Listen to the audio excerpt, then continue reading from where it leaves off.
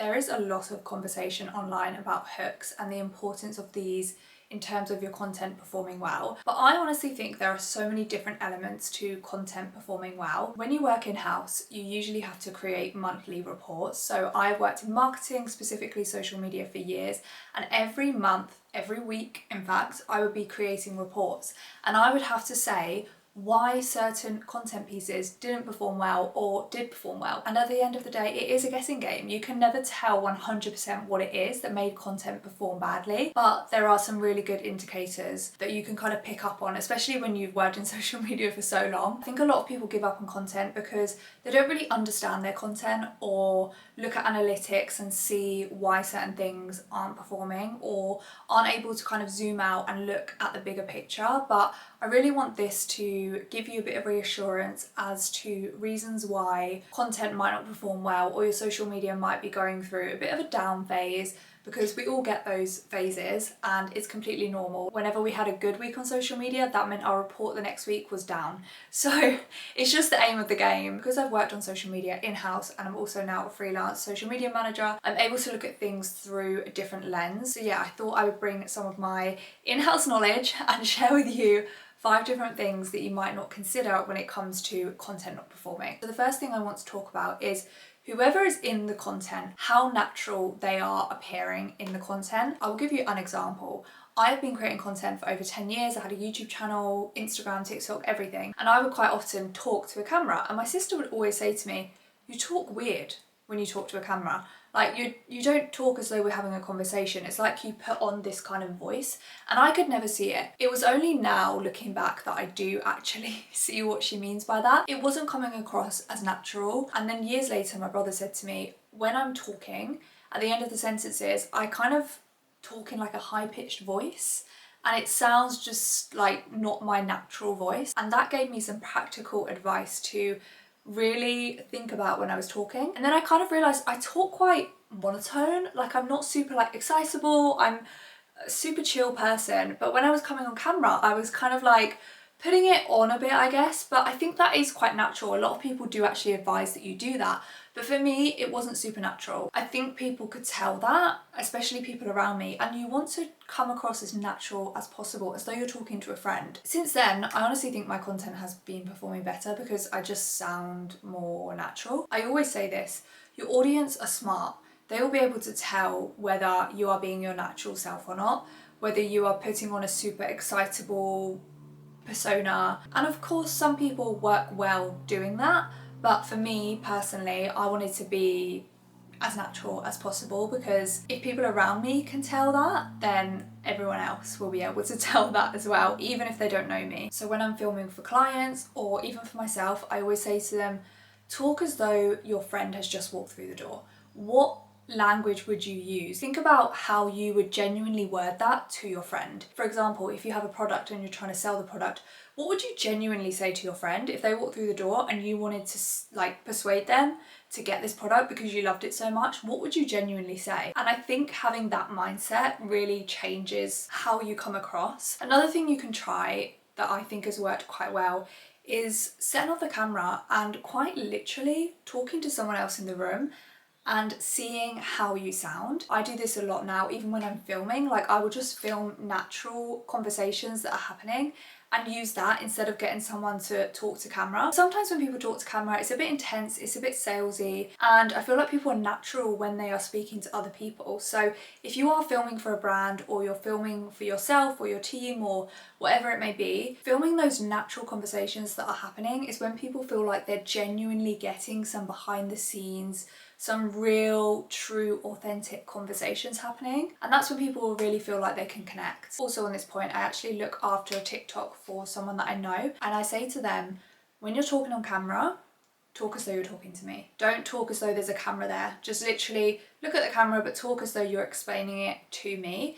And that's how it will come across as the most natural. I would also think about the time of year that you're posting and how this is going to affect your content and how well it performs. This will depend on what industry you're in or what you're talking about, because I have worked in hospitality fashion, I have worked in lifestyle, dentistry, facial aesthetics. It varies with each industry. So when it comes to social media, you are basically fighting for people's attention, and their attention might be completely elsewhere at that time. So for example, when it comes to Christmas in December, your content might not perform as well in December, and this might be because people are out, they are celebrating, it's the holidays, they're not really on social media, or they're not interested in what you are offering at that time of year. However, when it comes to fashion, for example, you might have your content performing really well in November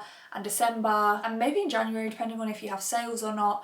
But when it comes to maybe Feb, March, when it's those transitional months, your content might not perform as well because maybe people aren't really looking for summer clothes yet, or they're not looking for spring clothes yet. So you really need to be thinking about what time of year is it, and how could this impact my content, and what do I need to be pushing out at this time, because you need to think about how people are thinking at that time of year. It's not just what time of the week it is, what time of the day it is, it's also where are we in the year. You need to be like zooming out, looking at the bigger picture and thinking about how people that you're trying to target, like how are they thinking at this time of year. Also thinking about the time of the week. I tend not to post on like Saturday evenings. I know this is kind of probably like common knowledge, but obviously people are out on a Friday and a Saturday evening. Are people less likely to be online? You know, Sunday mornings, are people going to be waking up, and are they going to be wanting to watch a long vlog? If you work in healthcare or gyms or cosmetic dentistry, are people going to be thinking in January, okay, I want to join a gym, I maybe want to get that composite bonding done this year, so they'll be looking more into dentistry. So thinking about how people are going to be thinking at that time, and then managing your content around that, I think is key. Another thing to think about is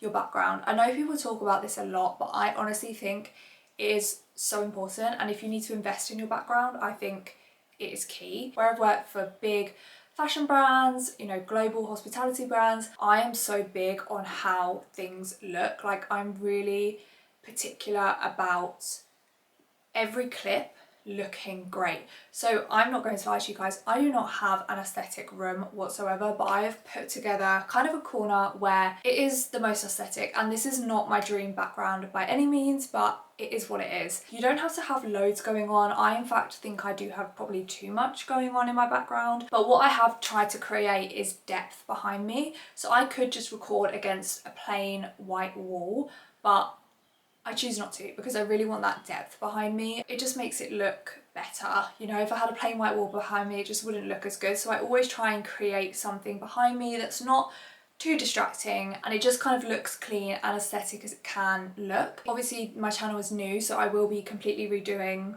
this. This is my setup for my fashion content usually. Obviously this is one of my first videos, and this is not the background that I would ideally have, but this is my setup for my fashion content that I do on my other channel. This will just have to do for now, but obviously in time I will be really investing in my background. People like aesthetic things. Unfortunately, that's just the way it is. They like to look at nice things. So unfortunately, a lot of the content you'll see on TikTok or Instagram or whatever is of nice things, and that's just the way it is. You know, if I'm traveling, if I'm in London, or I'm at a hotel, or I'm at an Airbnb, the background just looks nicer. I don't want to film in, you know, just my usual room background ideally, because it's not as aesthetic. So unfortunately your background does matter, and there are ways to easily upgrade your background without spending a fortune. When you're looking at social media and you're looking at analytics and you're reviewing the month, it's important to think about what events have been taking place that might affect social media content as a whole. So obviously when you are planning content, when you work in-house as a freelancer, you are looking at things that are coming up. It might be Valentine's Day, it might be, I don't know, Pancake Day. A lot of these events and things that come up, you obviously might base your content around. But it's also really important to look at other events that you might not think directly affect your brand or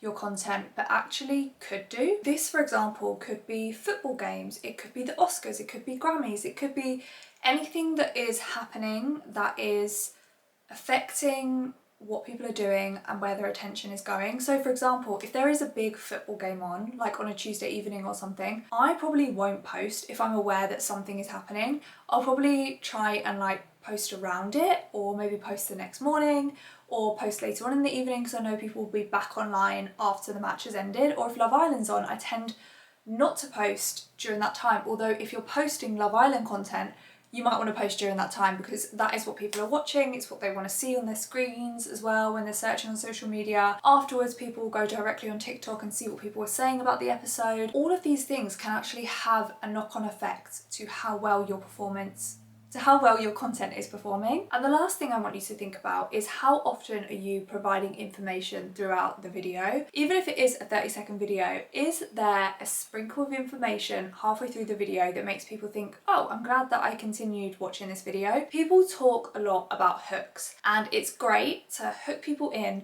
but in order to get them to continue watching, I think it's really good to kind of like surprise people with a little bit of information that maybe they weren't expecting, a little bit of value, just something that makes them feel satisfied that they watched the video. Obviously that is if you are providing value-driven content. I think it's such a good way to really keep people watching until the end. Obviously watch time on YouTube, for example, is really important, same across all the apps, to be honest. And in order to get people to continue watching, you want to be providing them with something, you know, giving back something a few times throughout the video if you can. That's why I think videos like 5 ways to XYZ or 5 top tips performs really well, is because people know they're going to receive information throughout the video and they don't know what's coming. So they have to stay and watch to see what those top tips are. And if you are someone that they've watched content of yours before and they know that they have received a bit of information or a bit of value or a bit of secret information halfway through the video, I think they will be more inclined to watch other content of yours because they're expecting a bit of value halfway through the content. So for example, if you have got news to share